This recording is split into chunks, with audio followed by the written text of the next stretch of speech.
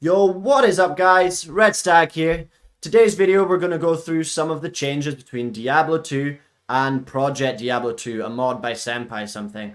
This will include some quality of life changes, some new item interactions, some new magic find areas, and including the end game content. So without further need for an introduction, let's get into it.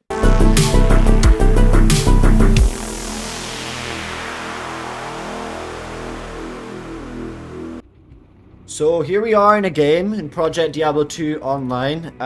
First thing you'll notice is the resolution is much better. We have a bigger screen, we have more space. You can see this is also being filled out by these boxes here, and in the skill tree and character tree we have some new boxes just as fillers.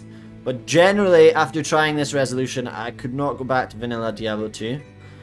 This resolution can actually be changed further, I believe. I haven't tried any of it as well, but has some interesting upscaling options to make it even bigger on a bigger screen. So moving straight into the changes, first things first, you can see that we have a much bigger inventory and a much bigger stash. This is also included is a much bigger Heraldric cube. This means you're going to spend far less time muling and can carry far more items before you need to do something about it, whether that be sell, drop, sell to your Kara, or mule to another character. While I'm on the topic of inventory, one thing I'd like to note is this split into two halves the inventory. Now, both halves can be used for anything, of course. It's important to note that charms are only active in the bottom half of your inventory. So this is really designed to keep your charms there and not sacrifice your inventory space. They don't work up here, they turn red, it's very easy to see. And yeah, that's one super welcome change, so we have space for items while we're out there killing stuff. Additionally, to save us some space, we have these stackable runes and stackable gems. So you can see with the little dot, the little cross means it's stackable. To unstack these, if you just want one, you just put it in your cube and click transmute. That's a non-stackable gem that you're used to.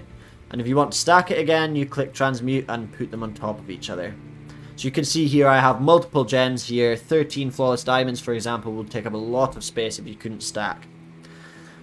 Instead of having to unstack your gems and then upgrade them to perfects, for example, you can now do this with simply a key. You put your stacked gems in there, press transmute once, and you get one perfect. Now you can keep doing this to get multiple perfects, and the perfects also stack. This key trick is also super useful for runes. We no longer need to try and find difficult, flawed, or normal quality gems to upgrade our runes. We can simply upgrade our runes by putting it in the cube. Stacked or unstacked also works. Clicking transmute with a key and it upgrades the rune to the next value. This is actually how I've got all of my burr runes so far, by upgrading sure runes and trading for them.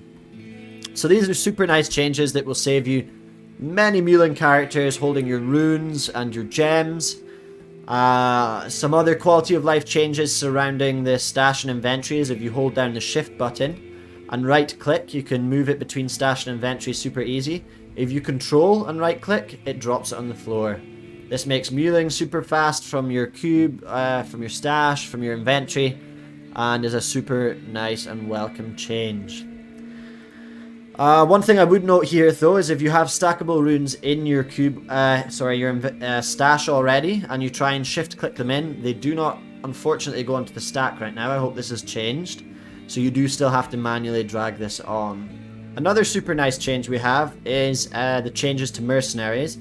Now they have different auras compared to vanilla across all of the acts.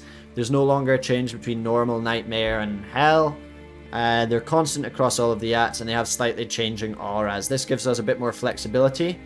I'll put a list of what auras and which mercs are here if you'd like to pause and check it out. Otherwise, other changes to your mercenary is they can now use a belt, boots, and glove slot. This gives us a lot more options for builds for our mercenaries. They can also wield full sets. For example, the Act 5 mercenary can wear full Immortal Kings. We'll get the full Shining Aura and deal a lot of damage as well. I'm currently running Act 2 because I need the Infinity still.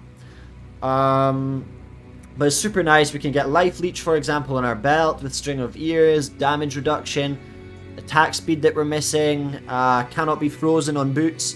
These are super welcome changes to the merc and makes them feel overall more useful. Magic find, magic find, magic find. That's what we're here for, killing monsters, finding loot. And there's some nice changes we've had to loot in general. For example, in PD2, playing solo players equivalent of playing around 5 players in vanilla, so we can expect more drops. We still want stack magic find to have a better chance of finding uniques without compromising too much clear speed.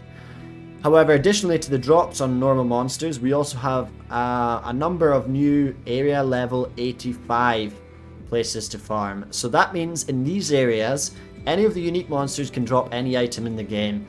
What's nice on the Project Diablo 2 website, you can find out which immunities you can expect to find here, and pick an area where you'd like to farm according to what build you've got and what immunities you kind of struggle to deal with.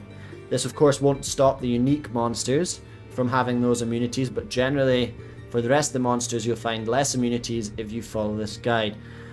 You'll see now the extensive list of Area 85 areas in which you can magic find, so feel free to pause that. And this is, yeah, another really welcome change. It makes magic finding and grinding a bit more rewarding, but you still get that buzz when you find those really nice items, so that's really good as well. I'd also like to note here that the rune drop has been changed. It's still pretty rare to find a good high rune, but you will find that they drop a little more frequently than vanilla. In my maybe 3 to 4 weeks of playing, I've managed to find maybe 4 high runes, which has really helped me get my gear. So again, more changes to make grinding more rewarding, but you're still going to have to grind to get those high runes. New content! Yep, you heard that right. New end game content.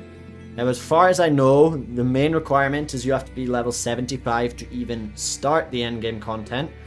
Now, the end game content comes in a thing called maps. Now, maps can drop from any monster in hell, and typically they come with modifications. For example, they can have high monster density, they can give you base magic find. For example, this map here, players have a less chance to block, so these are typically difficult, and I can see why you would need to be level 75 for this. And additionally, they also grant better experience. This is really how you can climb those levels. You get 3 tiers of map. You get Tier 1, which is similar to Kuras, Tier 2, which is like River of Flame, and Tier 3, which looks a little bit like where Mephisto stays. They vary in difficulty from Tier 1 to Tier 3 being the most difficult. And in a map, you'll find lots and lots of monsters, as well as an end game boss within the map. So the reason we do maps is they're high level area, they have a lot of monster density, they often give you magic find, and this is a good way of farming items, farming experience, and really pushing your build to its limit in these maps. As an example, I'll show you opening this map now. So you take your map. They can be white with no mods, blue or yellow. These can all be upgraded by talking to Anya and purchasing some orbs here to imbue white maps, for example, to a rare map. This is something you want to do. I try and aim for monster density greater than 150, magic find greater than 150 for the best chance to get new items. A map, once you have it and you've got the correct level requirements, you simply right click it in town and it opens up the area. What's super nice is on the portal you can see all the modifications that the map has, and I'll very quickly show you what a map looks like. So it's typically the same layout for at least tier 1 maps. You can see huge monster density already. The monsters are inherently harder than when you fight them in the normal game, and that's because of the modifications that they have. I mean, I've stacked here with 15k damage on my Javazon, and I'm taking a while there with Infinity. Now, I'll fast forward this to when you can see the end map boss.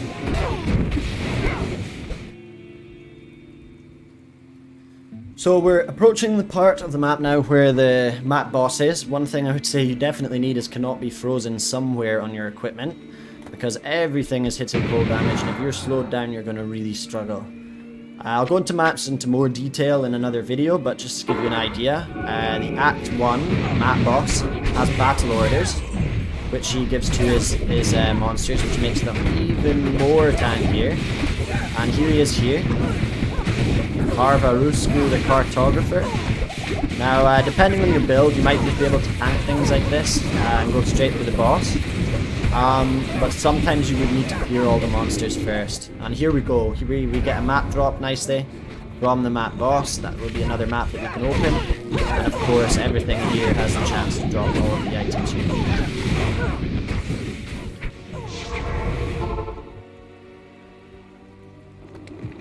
Now, typically with maps, you are better having a group. You're much faster, usually more efficient.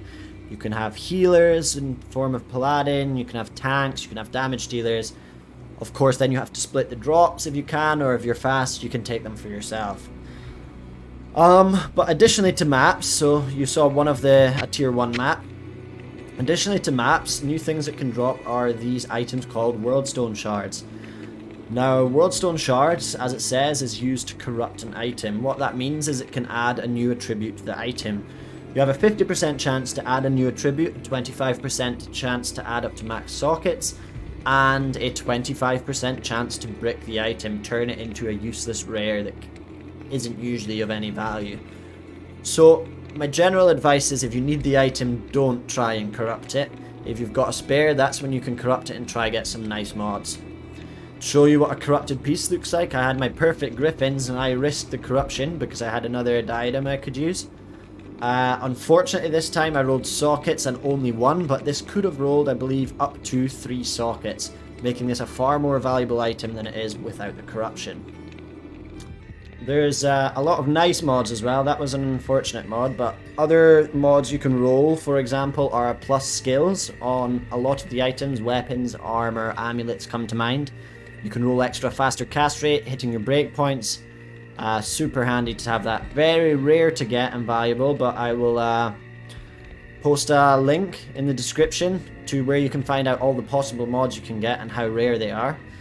But as you can tell, for example, if you take Skulder's Ire, you could roll, 1 to all skills additional, making that 2 to all skills, giving it better magic find than Enigma, for example. And that's super good.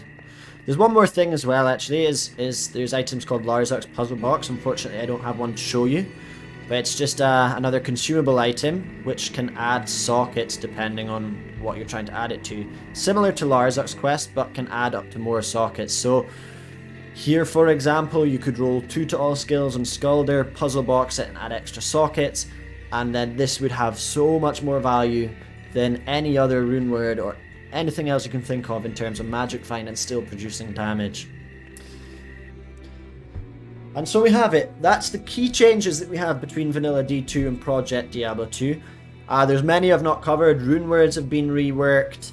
For example, Uber Tristram and Diablo Clone has changed. Please do not sell your Stone of Jordans. It will not spawn Diablo Clone anymore. This will be covered in another video, however. But hopefully with this video you've got a good overview of what Project Diablo 2 entails, some of the key differences that you should be aware of when joining Project Diablo 2. If you're excited about it, if you want to join, if you want to come and be part of the community, I've made an installation video, so feel free to check that out. I'll be looking at doing some build guides, some new character changes in the future. So if you like the video, if you want to see more content, please hit the subscribe, the like button. Every little helps. And until then, see you in hell. Red Stag out. GG.